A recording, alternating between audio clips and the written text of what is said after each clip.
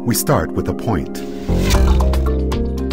This year we are celebrating the 7th anniversary of the launch of this project. It's been a great experience, and with positive comments in online articles published by Scientific American and Discovery Channel News in the last year or so about my videos, it's been gratifying to be able to connect with people who understand the creative mix of physics and philosophy, science and spirituality that makes this project unique. But there have also been some very vocal critics, and that's what this video is about. Here are 10 of the most common reasons that have been posted online by persons critical of this project. Let's start with reason number 1, because it's wrong. Since I've always said this is a new way of thinking about time and space, and that this is not the explanation for string theory, this is the easiest claim for critics to make.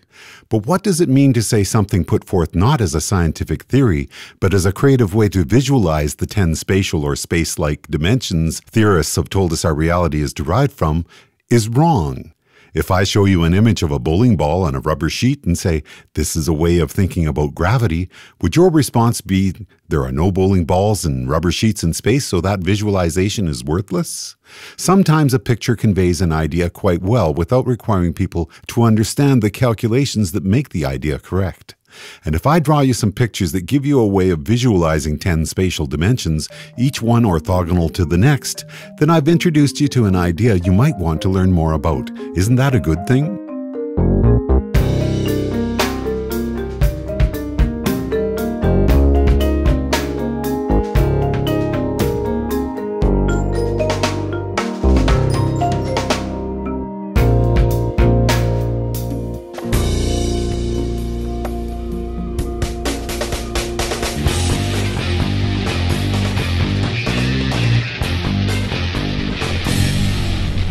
Reason number 2, because it's dangerous.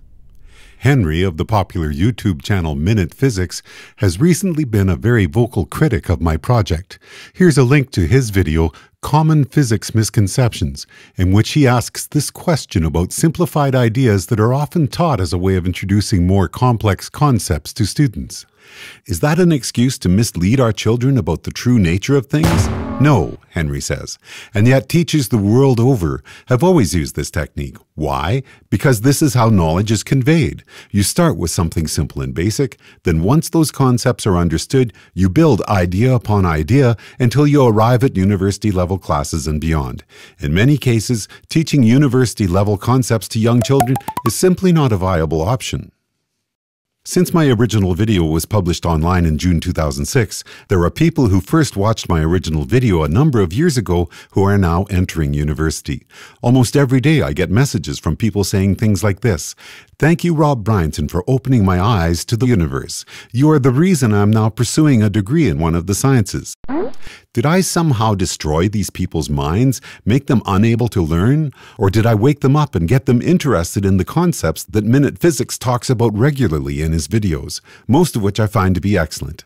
But Rob, one might ask, surely these students would have eventually stumbled across some other video or book or teacher who awakened their sense of wonder? Of course, that's life, but that's not an argument for removing something that has already inspired millions of fans around the world to want to learn more.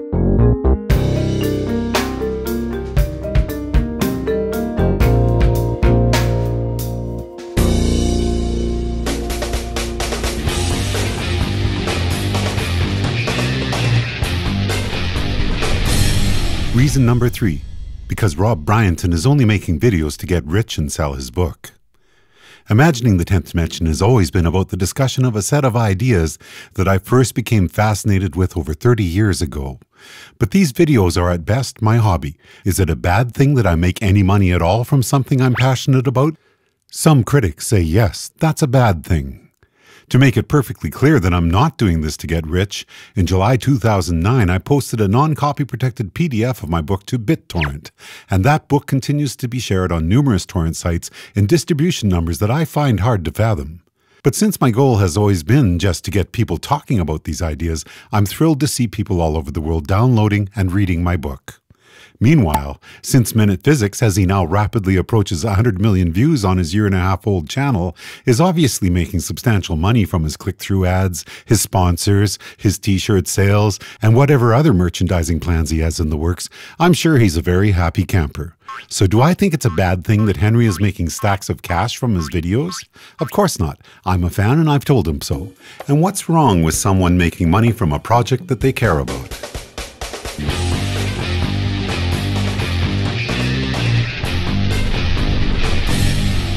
Reason number 4, because this is all pseudoscience. Pseudoscience is an easy label to paste on anything with which one disagrees. There are physicists who have become celebrities and published popular books based upon their rejection of string theory and its extra dimensions. Lee Smolin says that theorists not interested in this field can find themselves unable to receive funding for their research into alternative theories. And Peter Voigt says that this is not even science because it makes no falsifiable predictions. So even though I've made it clear that what I'm showing is only a creative visualization of 10 spatial dimensions and not a scientific theory, what I'm trying to help you visualize is a concept that some physicists will tell you is nonsense even before they work through my ideas.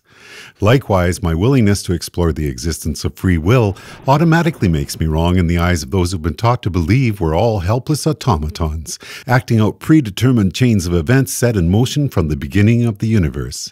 And have I ever tried to hide the fact that I believe there's evidence for consciousness as a process that can have connections outside of our narrow space-time window?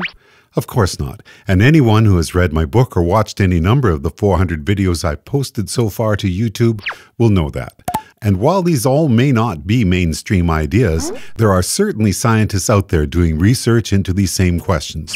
Do all scientists agree on all ideas?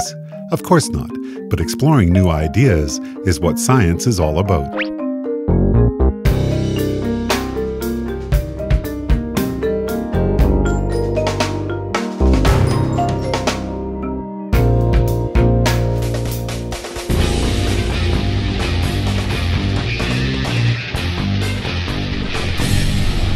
Reason number 5, because there is no fourth dimension. That, of course, is the title of a Minute Physics video, which I'm providing a link to here. My response to that video, in which he states that it's wrong to talk about the fourth dimension as if it's a separate entity from any of the other dimensions, is that it's amusing for a few reasons. One, of course, is that most schools of thought do indeed treat time as the fourth dimension, and they certainly do say that its temporal quality makes it unique and different from the other dimensions. 2, Minute Physics' point becomes clearer in the video when he says, as a matter of fact, there is no third dimension either. But the funny part is, in either case, he's agreeing with me, in that I also ask people not to get hung up on what label you put on each additional spatial dimension, as long as you are visualizing a way in which the new dimension encompasses the previous ones and is orthogonal to the previous ones, as that is a basic concept behind spatial dimensions. Spatial is the important word here, because theorists do indeed say that the extra dimensions are spatial, or at very least, space-like. And finally, even if you're going to argue that it's incorrect to add labels of any kind to each specific dimension, it's very odd to say, we just can't tell these dimensions apart, again quoting Henry.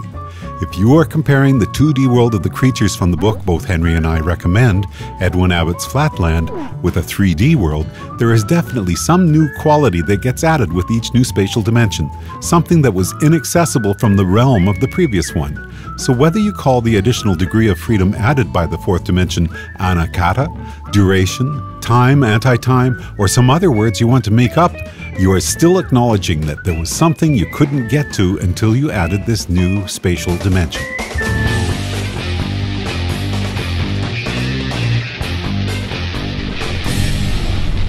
Reason number 6. The fourth dimension is not a spatial dimension, it's a temporal one. If there are 10 spatial or space-like dimensions, and theorists tell us the fifth dimension and above are curled up at the Planck length, then what are they really talking about? How is it possible to have 3 spatial dimensions, then add 1 temporal, then 6 or 7 more spatial dimensions extending from that? It would make more logical sense if they said the fourth dimension and above are curled up at the Planck length, because then you would be continuing with an ordered hierarchy of spatial dimensions, one after another, and leaving time out of the discussion until you were done counting spatial dimensions. But that's not what they say. Why? With my project, I insist it's because we have a unique perspective on the fourth dimension. As creatures made out of 3D atoms and molecules, deriving their energy from entropy-increasing chemical reactions, we experience the fourth dimension as having only one direction, the direction which moves us away from the lowest entropy beginning of our universe towards the highest entropy ending of our universe. But that doesn't mean the opposite direction isn't just as valid.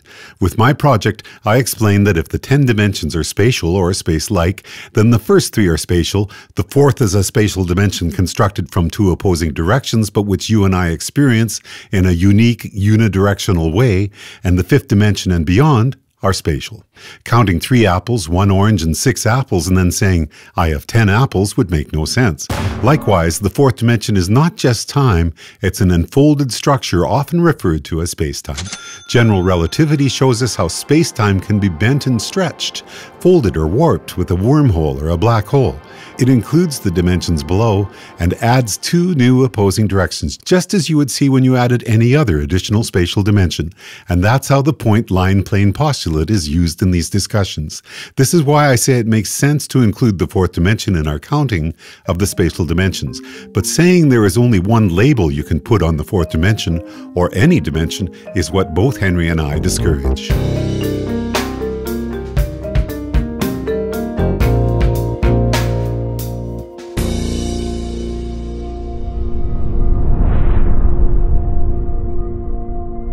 Reason number 7. The 5th dimension as probability space has nothing to do with mainstream science. Our goal with this project is to end up visualizing not just a multiverse landscape of the different possible universes, some string theorists say there are 10 to the power of 500 of them, but the probabilistic outcomes that quantum mechanics tells us must exist for each of those universes. Yes, I've said in my videos and book that my approach is not something you will currently be taught in a physics class. Watch the end of my video, Imagining the 5th Dimension, for more about this, but it's still a powerful idea and I believe its time will come. Einstein accepted Kalutz's proposal that our reality is derived from the 5th dimension, and yet that's also something you don't hear often from the mainstream. In fact, Kalutz's idea that general relativity and its depiction of gravity, along with Maxwell's field equations for electromagnetism, could be resolved at the 5th dimension has always been an important part of my reasoning that the ongoing now of our observed reality comes not from the 4th, but from the 5th dimension. Likewise, Hugh Everett said that his branching many worlds occur within a space which is orthogonal to spacetime, but it's only my project at this point that says that means the other parallel universe outcomes described by Everett's theory are within the 5th spatial dimension, because that's what's orthogonal to the 4th. And as an aside, I want to mention something you will find throughout the videos I've created. When I describe an idea which is my extrapolation, you will hear me say, with my project, so that my audience is clear on which are mainstream ideas and which are my creative thoughts on how to fit different schools of thought together into the bigger picture I'm trying to portray. And even if 5th dimension as probability space is unique to this project, it's still one of the central ideas I've been exploring for the last 30 years. Do I feel passion for this idea? You bet I do. And YouTube has helped me to share that passion with others around the world.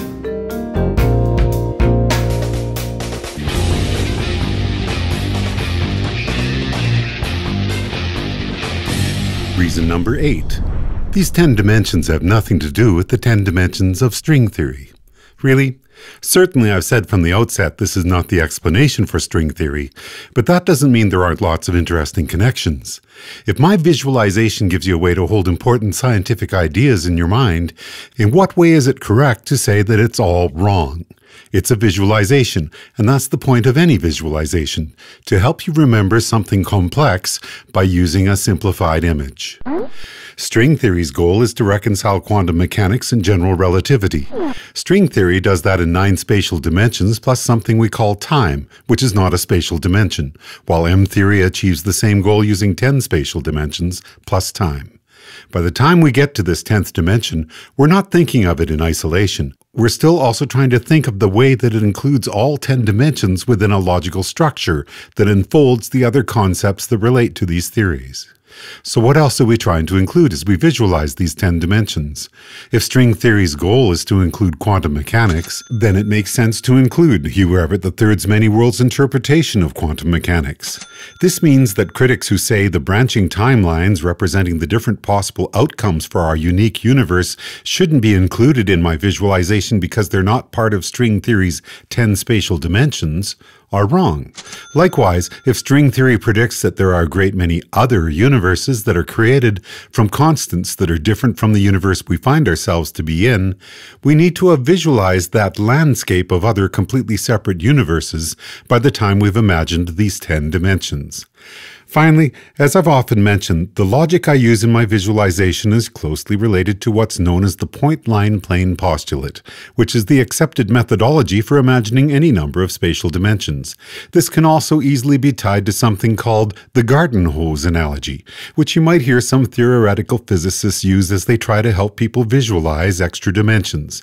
So for those who say there's no point in me trying to help people picture these 10 spatial or space-like dimensions that string theory says our reality is derived from, because that's not something the human mind is capable of grasping, I have to say this. This large idea is like any other. Take it one step at a time, building one idea upon another, and you too can have some inkling of this most amazing concept, the ultimate ensemble from which our universe, or any other, is derived.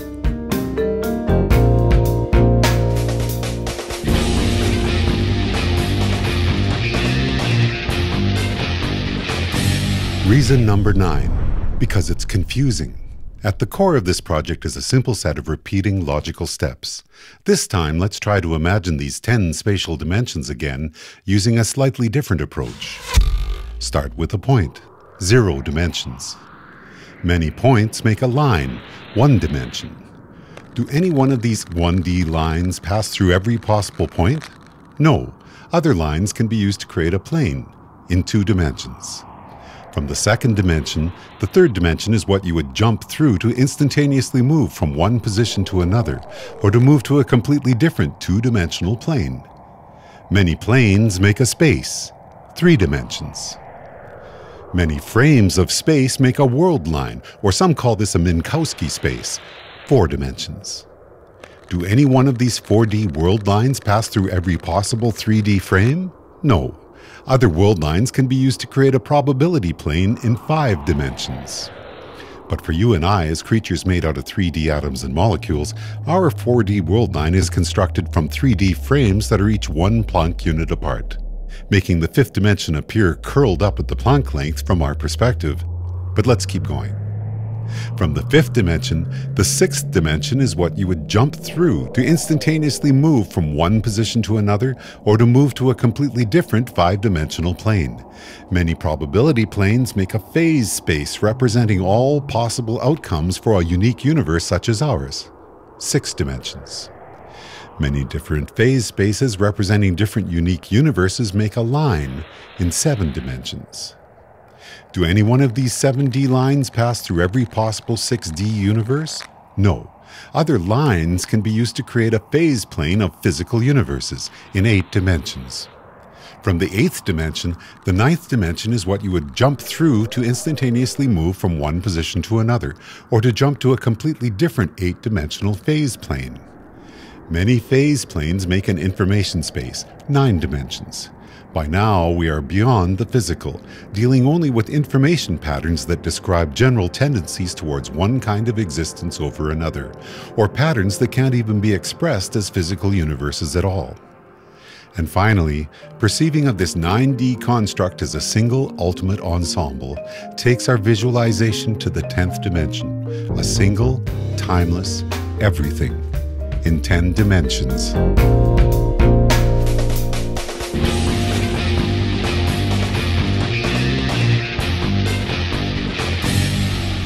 Reason number 10, because it's misleading.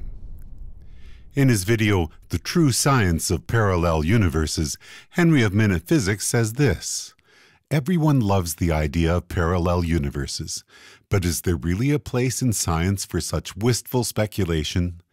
In his video, he shows us 3 different kinds of multiverse that have been proposed, reinforcing in each case that these are speculative and experimentally unconfirmed models. He even dismisses each theory with a graphic of a cute diploma which states that each demonstrates a lack of rigorous comparison with reality.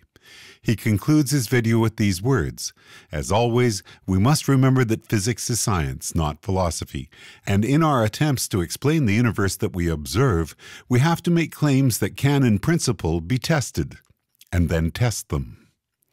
I believe it's important to remember that there is much about our universe which is not yet understood, and these theories which Henry dismisses as wistful speculation have been developed as part of the attempt to find explanations for these mysteries. Why is 95.5% of our universe undetectable dark matter and dark energy? Why does the currently accepted Big Bang theory predict that our universe should contain so much more lithium-7 than it actually does? And why, as physicist Raphael Bousso has been quoted to say, do our finest theories predict that empty space should contain about 10 to the power of 123 times more energy than it actually does? One might watch Henry's video and be led to conclude that there is very little support within mainstream science for these explorations of the multiverse, parallel universes, and extra dimensions, and because of that I find his video somewhat misleading. But since misleading is one of the criticisms he has leveled at my project multiple times in multiple venues, this leads me to ask, in what way have I been misleading people? I've always been honest about the nature of this project, and my goal remains the same. I have a way to help you hold in your mind something that many will tell you is impossible to imagine. The ultimate ensemble, as Max Tegmark calls it. The landscape multiverse, as Brian Greene refers to it in his latest book. The underlying information that becomes reality, as quantum physics experts like Lloyd and Zeilinger describe it. The omniverse, as I've often called it with my project, and as Gavin Gerbrand called it with his. Once you hold that idea in your mind, will you understand the math? Of course not, but it will be a start. And if you want to learn more about the hard science that lies behind these biggest picture of all ideas, I encourage you to do so. Even if you have no intention of becoming a scientist, I hope that my project has awakened your curiosity, opened you up to new possibilities, given you some mental food to chew on that expanded the horizons of your imagination. There is so much more out there beyond the here and now we see around us, endlessly fascinating implications that we're exploring with this project. So no matter what you do, please be sure to enjoy the journey, as I always like to say. My name is Rob Bryanton. Thanks for watching.